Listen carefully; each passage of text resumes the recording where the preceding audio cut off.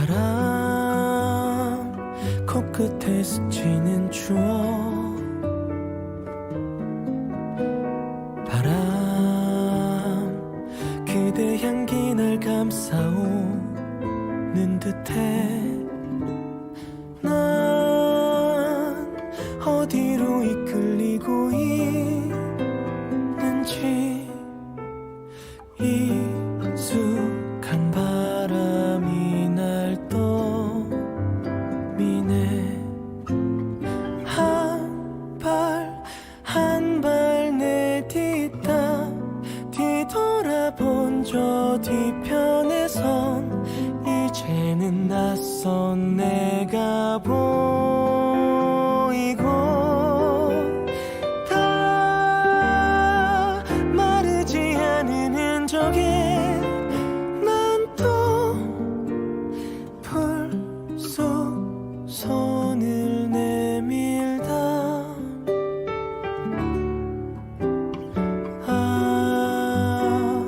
바람이 부는 날이면 나 잔상의 얼룩진 거리를 걷는다 난 어디로 이끌리고 있나요 두근거려 두 눈 질끈 감는다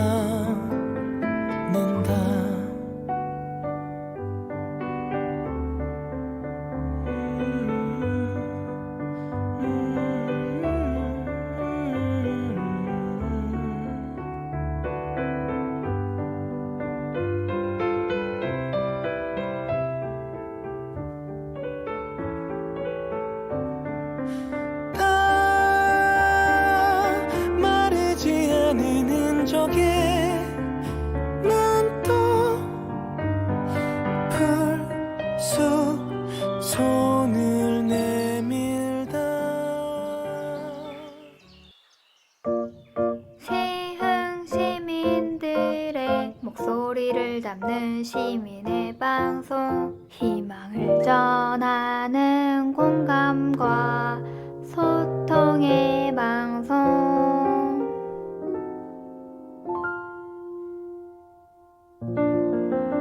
시흥의 희망을 전하는 방송 시흥 FM입니다.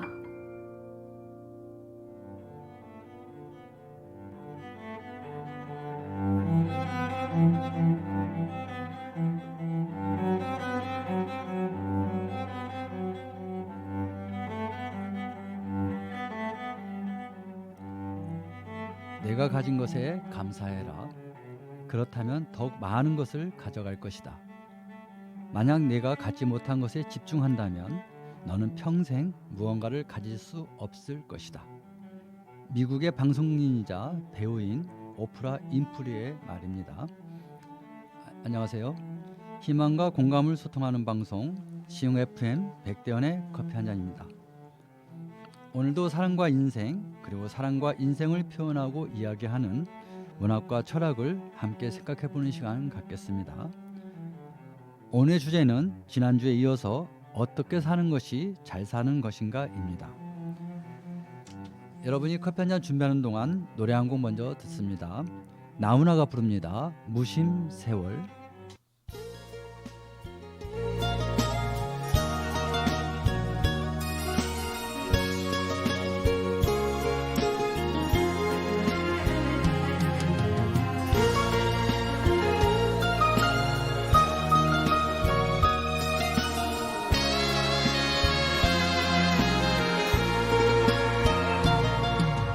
무심한 세월아 냉정한 세월아 넌 어찌 그리도 빠르니 너 따라가려니 이젠 힘이 들구나 우리 잠시 쉬어가자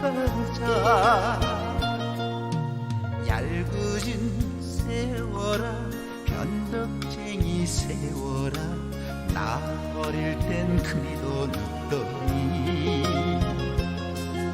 숨가쁜 한 세상 앞만 보고 왔는데 같은데 어서 따라오라는 세월. 나는 쉬엄쉬엄 쉬며 할 때가 허리 한 번쯤 펴고 좋은 사람들과 놀다 갈 테니 제발 나 좀 두고 가거라. 함께 온 세월아 오랜 친구 세월아 우리 잠시 헤어졌다가 이 다음 천천히 만났으면 좋겠다. 너 혼자만 먼저 가거라.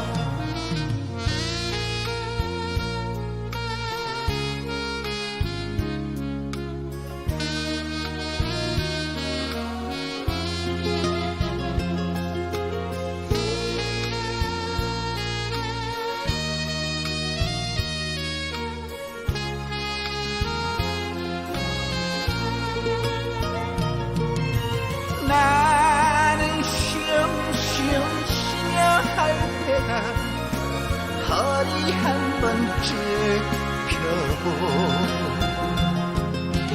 좋은 사람들과 놀다 갈 테니 제발 나 좀 두고 가거라. 함께 온 세월아 오랜 친구 세월아 우리 잠시 헤어졌다가 이 다음 천천히 만났으면 좋겠다. 너 혼자만 먼저 가거라. 너 혼자만 먼저 가거라.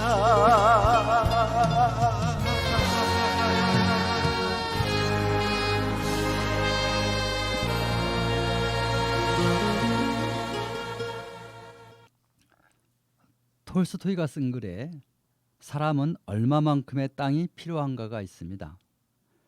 결론부터 보면 현재 가진 것보다 더 넓은 땅을 갖고 싶어 했던 주인공이 욕심을 부리다가 마지막엔 고작 2평도 안 되는 땅 속에 묻혀 사는 이야기입니다.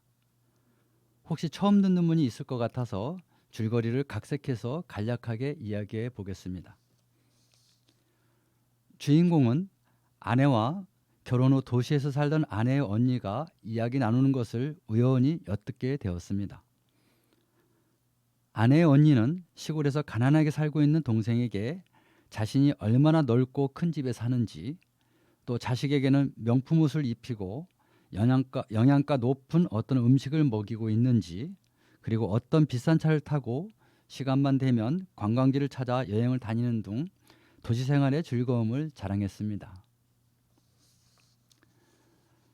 아내도 언니 자랑에 지지 않으려고 자기 생활의 좋은 점을 말했습니다. 나는 언니가 무슨 말을 해도 다른 사람의 생활과 내 생활을 바꾸고 싶지 않아요. 내가 사는 게 언니 눈에는 보잘것없겠지만 남편과 아이들은 지금껏 큰 걱정 없이 잘 살고 있거든요. 언니 말대로 도시 생활은 이 시골보다는 좋은 점이 많을 거예요. 그러나 도시 사람들은 서로 경쟁하느나 뒤에서는 이기기 위해 상대를 아프게 하고 또 욕심을 부리느나 상대를 해코지하고 하루아침에 졸부가 등장하기도 하고 부도가 나서 빈털터리 신세가 되는 것도 자주 들었어요. 거기에 비하면 여기 생활은 안전하고 평온하죠. 땅은 노력의 결실이 그대로 드러나거든요. 큰 부자가 될 확률은 떨어져도 식량이 없어 배를 굽는 일은 없으니까요. 그러자 언니가 되받아서 앙칼지게 말했습니다. 배를 굴지 않는다고? 그래서 소나 돼지처럼 밤낮을 가리지 않고 일만 하면서 살아도 좋단 말이야? 좋은 옷 한 벌 입어보지도 못하고 변변한 사고생활도 없이 내 남편이 고작 몇 평도 안 되는 농가 밭에서 뼈 빠지게 일하면 뭐하니? 그래봤자 평생 이 돼지우리를 벗어나지 못할 테고 내 아이들도 그렇게 살아가게 될 텐데 옆에서 듣고 있던 이 글의 주인공은 아내의 언니가 자신과 자신의 가족을 동물에 비교하는 말을 듣고 몹시 불쾌했습니다. 평생 농사일만 하는 자신이 한심스럽다는 생각도 들었습니다. 갑자기 자신도 대지주가 되고 싶었습니다. 주인공이 자존심이 상하고 대지주가 되고 싶어하는 생각이 들자 악마는 그의 생각에 몰래 숨어 들어왔습니다. 악마는 주인공에게 원하는 만큼 땅을 주어서 인간의 욕심 때문에 자신의 삶이 어떻게 망가지는지 확인시켜 주고 싶었습니다. 그래서 악마는 주인공에게 크고 작은 시험을 하기 시작했습니다. 주인공은 악마의 계략인지도 모르고 열심히 노력한 덕분에 드디어 땅을 원하는 만큼 다 가질 수 있는 큰 기회를 얻었습니다. 엄청난 땅을 가진 사람이 주인공에 제안했던 것입니다. 당신을 보면서 땅을 갖기 위해 엄청나게 노력하는 것을 보고 감동받았습니다. 여기서 보이는 모든 땅이 다 제 땅입니다. 땅이 너무 광대해서 농사를 짓고 싶어도 농사를 짓지 못하고 놀리고 있는 실정입니다. 그러나 당신처럼 성실한 사람에게 제 땅을 당신이 원하는 만큼 주고 싶습니다. 주인공은 땅 주인의 말에 귀가 솔깃해졌습니다. 그 말이 사실입니까? 정말입니까? 몇 번을 확인했습니다. 그렇소. 내 말은 사실이요. 단 조건이 있어. 그 약속만 지키면 땅을 주겠소. 주인공은 그 조건이 뭐냐고 물었습니다. 어떤 조건이라도 다 들어줄 자신이 있었습니다. 이제야 자기가 성실히 살아왔던 지난날을 보상받는 느낌이었고 일생일대의 기회가 왔다고 생각했기 때문입니다. 지금 나와 당신이 서 있는 여기가 내 땅의 시작점, 즉 출발점입니다. 내일 아침 해가 뜨면 여기서 출발해서 해 지기 전까지 정해진 시간 안에 돌아와야 합니다. 그 시간 동안 당신이 갖고 싶은 땅에 이 깃발을 꽂으시오. 깃발이 꽂힌 땅 전부 당신 땅이 되는 것이오. 그러나 해당 시간까지 되돌아오지 못한다면 현재 당신이 가진 몇 평 안 되는 땅은 내게 줘야 합니다. 내 차지가 되는 것이오. 어찌하겠소? 다시 강조하지만 해 지기 전까지 무사히 돌아온다면 그 전부가 당신의 땅이 되는 것이고 제 시간에 돌아오지 못하면 현재 갖고 있는 당신의 땅도 다 잃는다는 것이오. 신중하게 결정해서 내일 동트기 전에 이 자리로 오시오. 주인공은 많은 땅을 가질 수 있다고 확신했습니다. 그 기름진 넓고 많은 땅이 내 것이 된다고 생각하니 잠이 오지 않을 정도로 들뜨고 흥분됐습니다. 자기는 비록 작은 땅을 일구며 살고 있지만 여태 살면서 아픈 적이 없을 정도로 건강했기 때문에 주어진 시간 동안 넓은 땅에 깃발을 꽂을 수 있다는 자신감이 있었기 때문입니다. 자신감과 흥분으로 밤을 새우고 한껏 들뜬 마음으로 출발선에 도착했습니다. 이미 땅 주인은 자기가 약속을 증명해 줄 사람들과 그 자리에 와 있었습니다. 주인공은 증인들이 있는 상태에서 다시 한번 확인하고 싶었습니다. 법적으로 확실한 보장을 받고 싶었던 것입니다. 그래서 땅 주인에게 또 말했습니다. 어제 약속한 것을 많은 사람들이 보는 앞에서 다시 한번 확인해 주시오. 제가 다닌 땅에 깃발을 꽂으면 그 땅이 내 것이 된다는 것을요. 땅 주인은 주인공과 약속한 내용을 증인들 앞에서 똑같이 말했습니다. 주인공은 땅 주인의 말이 끝나자마자 씩씩하게 출발했습니다. 여러분, 이 글의 결론은 시작 단계에서 이미 말씀드렸습니다. 탐욕에 눈이 멀었던 주인공은 자신의 욕심 때문에 자기가 가진 것마저 다 잃고 겨우 자기 무덤 크기의 땅에 묻힌다는 이야기였습니다. 주인공은 아내가 언니를 만나기 전까진 비록 작은 땅이지만 가진 것에 감사하며 사는 평범한 사람이었습니다. 그러나 아내의 언니가 동물 이름까지 들먹이며 자신을 폄하하자 감정이 꼬이기 시작했습니다. 그 시점에 인간의 악한 본성을 잘 이용하는 악마가 개입했던 것입니다. 눈에 보이지 않는 악마는 열심히 사는 주인공의 마음에 불같은 욕심을 불어넣었고 순탄의 길을 열어주다가 마지막에 엄청난 욕심을 부리게 했습니다. 인간은 이렇게 누구나 어떤 기회가 오면 자신의 삶을 점프하려고 합니다. 그 이유 중에 하나가 나는 열심히 사는데 열심히 살지 않는 다른 사람이 나보다 가진 거나 잃은 게 더 많으면 이상스럽게도 시기와 질투심이 생기거나 세상에 대한 원망과 불만, 욕심 등이 일어나기 때문입니다. 주인공은 발 디는 곳마다 깃발을 꽂았습니다. 걸음을 옮길수록 땅은 더 비옥한 땅만 보였습니다. 더 갖고 싶은 욕심에 얼마나 갔는지 시간 가는 줄도 모르면서 내 땅이라는 것을 표시하기에 바빴습니다. 욕심은 끝이 없어서 해 지기 전까지 첫 출발 전까지 돌아가야 한다는 약속도 잊은 채 깃발 꽂기에 바빴던 것입니다. 사실 요즘 말로 하면 로또 1등에 당첨된 것에 비유할 만큼 일생 일대의 기회였기에 주인공의 심정이 충분히 이해가 갑니다. 몸이 좀 피곤해도 건강이 약간 나빠져도 이 순간만 지나면 엄청난 물질을 갖게 되니 그 정도는 참을 수 있다는 생각을 할 것입니다. 주인공이 이렇게 행운을 쫓다가 어느덧 해가 기우기 시작한 것을 보게 됩니다. 인생의 끝자락인 나이가 되었다는 것입니다. 그러나 그는 방향을 돌리지 않고 조금만 더 갔습니다.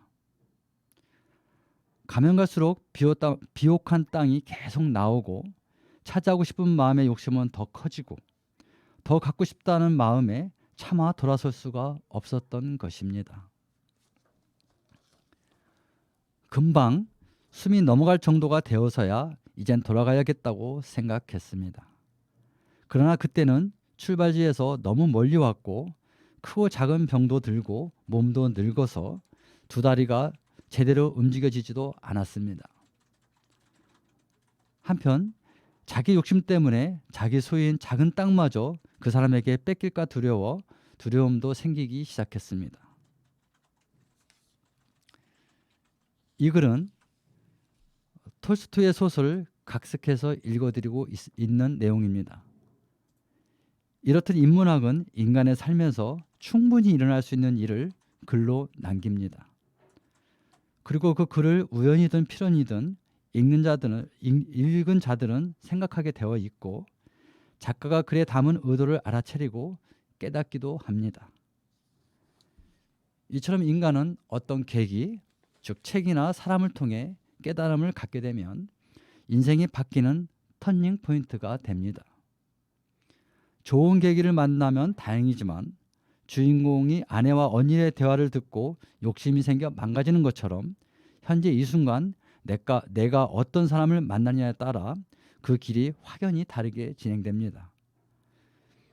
이 소설의 주인공이 아내와 아내의 언니 이야기를 듣지 못했다면 과연 어떻게 남은 인생을 살았을까요? 실제로 이 소설은 주인공이 최악의 상황이 되기 전까지 충분히 돌아갈 수 있었습니다. 이렇듯 우리 각자도 살아가면서 무엇을 선택하고 결정하느냐가 얼마나 중요한지 생각하게 됩니다. 이런 인간의 본성을 잘 이해한 현인과 성인은 그 가르침과 가리킴을 말과 책으로 남겨서 연약한 인간의 마음을 방어하게 하거나 단단하게 해줍니다. 이것이 인문학적 소양이라고 합니다. 인문학적 소양은 우리 각자를 지혜롭게 해서 선택과 결정을 긍정적으로 하게 합니다. 그래서 철학자나 사상가들은 인간이 죄를 짓는 것은 무지와 어리석음에서 온다고 말했습니다. 여기서 무지와 어리석음은 나의 정체성, 즉 내가 누구인지, 내가 어떻게 살아야 즐겁고 행복한지 스스로 판단과 결정을 하지 못하게 하고 남의 가진 거나 시기하고 질투하다가 무너지게 하는 것입니다. 지금까지 말한 이야기를 잘 정리한 모 작가의 글 2가지를 읽어드리면서 정리해 보도록 하겠습니다.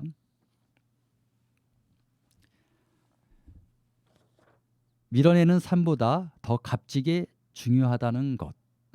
밀어내는 삶보다 더 값지고 중요하다는 것. 북미의 어느 부족은 자녀들에게 성인 나이가 되면 전통적으로 꼭 치르는 성인식이 있다. 자녀들을 넓은 옥수수 밭으로 데리고 가서 고량에 한 명씩 세운 뒤 고량을 따라가면서 가장 좋은 옥수수를 따서 반대편으로 도착하게 하는 미션이다. 단 3가지 조건이 있다. 첫째, 수많은 옥수수 중에 단 1개만을 딸 수 있다. 둘째, 한 번 옥수수를 땄으면 아무리 더 좋은 옥수수가 나타났더라도 바꿀 수 없다. 셋째, 지나간 고랑은 한 발짝도 되돌아갈 수 없다. 자녀들은 지시에 따라 고랑을 걷거나 뛰면서 가장 좋은 옥수수를 찾아 따기 위해 두 눈을 부릅뜬다. 그러나 도착해서 각기 따온 옥수수를 살펴보면 대부분 평범한 옥수수다. 왜 그럴까? 가장 큰 이유는 좋은 옥수수를 여러 번 발견했음에도 더 좋은 옥수수를 기대하면서 망설이려다가 고랑 막바지에서야 땄기 때문이다. 이 성인식은 자녀들에게 다음과 같은 교훈을 주기 위한 목적이 있다. 미래의 좋은 것만 찾으려고 욕심을 부리지 말고 현재 좋은 것에 감사하는 삶을 살아라. 사람 중에는 지금 내가 가진 것에 감사하지 못하고 더 나은 것을 갖기 위해 욕심을 부린다. 욕심은 기륭화복을 부르기도 하고 미래에 더 행복한 삶을 위한 준비라고 명분을 갖다 대지만 욕심을 부린 결과와 내일은 하늘의 계획과 선택받은 자들에게만 있는 하늘의 결정권이다. 이의 미션은 자녀들만이 아니라 너와 나 우리 모두에게 현재 내가 가진 것에 자족하며 감사함으로 오늘 사는 게 현재 내가 가진 것을 불평불만으로 밀어내는 삶보다 더 값지고 중요하다는 것을 깨닫게 하는 교훈이다. 인문학적 소양을 기르는 것. 옆자리 20, 30대 청년들이 주위 사람들의 불편은 아랑곳하지 않고 큰 소리로 이야기를 나누고 있다.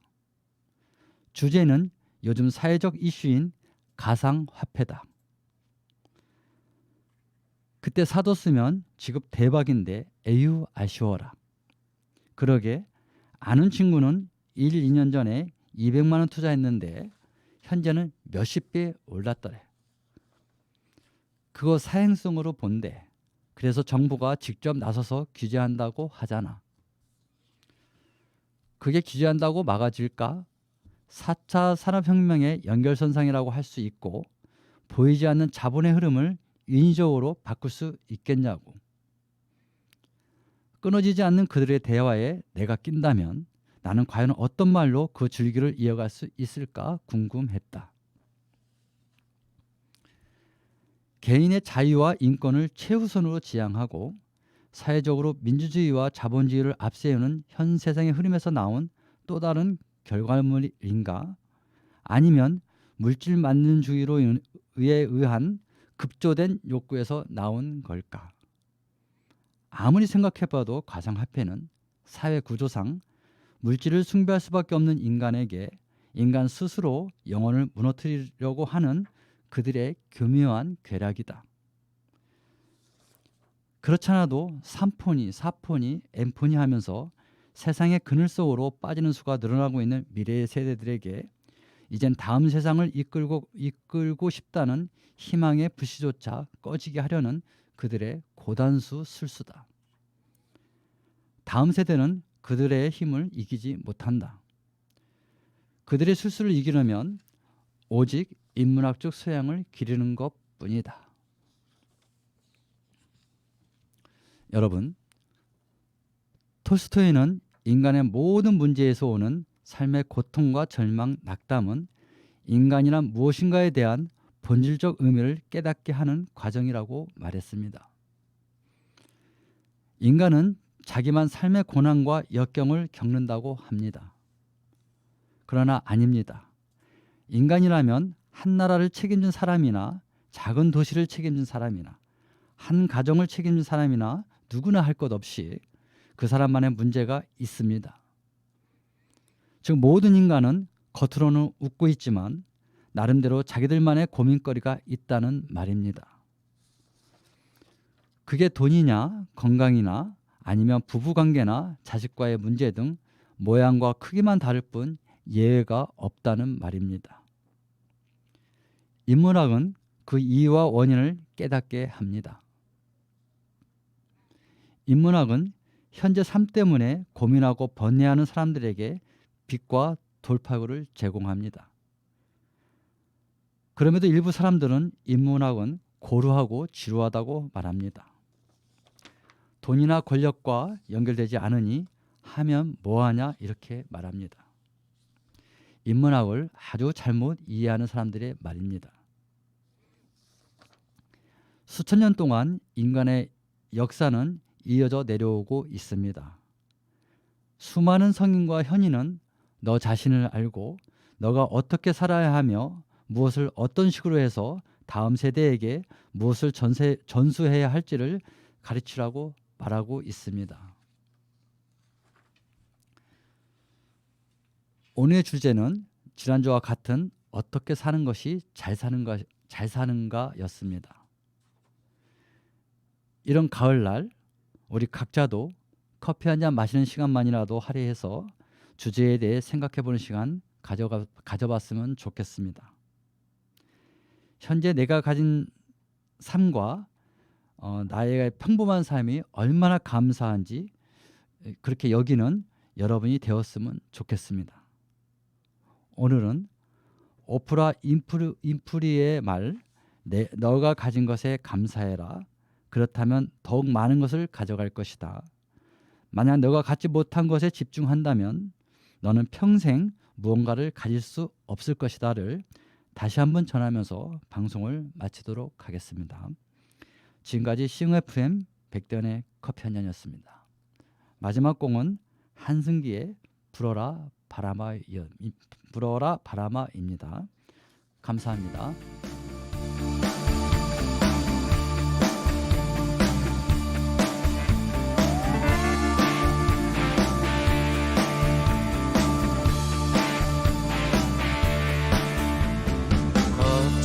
세상을 나 혼자 걷는다. 해가 지는 거리에 차가운 비바람 지친 몸을 휘감아 어둠 속에 잡아두는데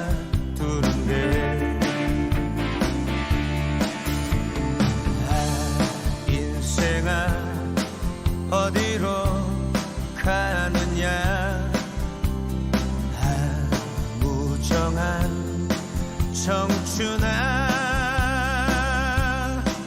불어라 바람아 거친 파도처럼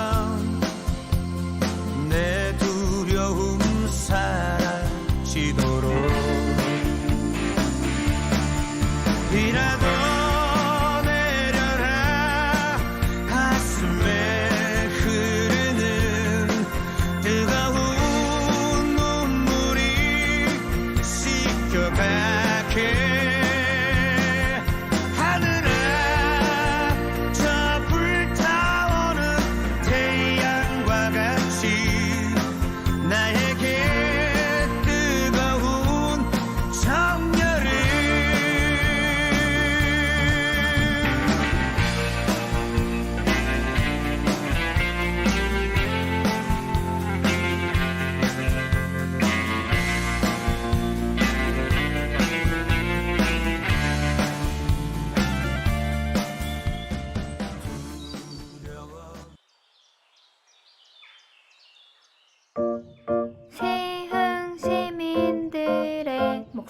귀를 잡는 시민의 방송, 희망을 전하는 공감과 소통의 방송.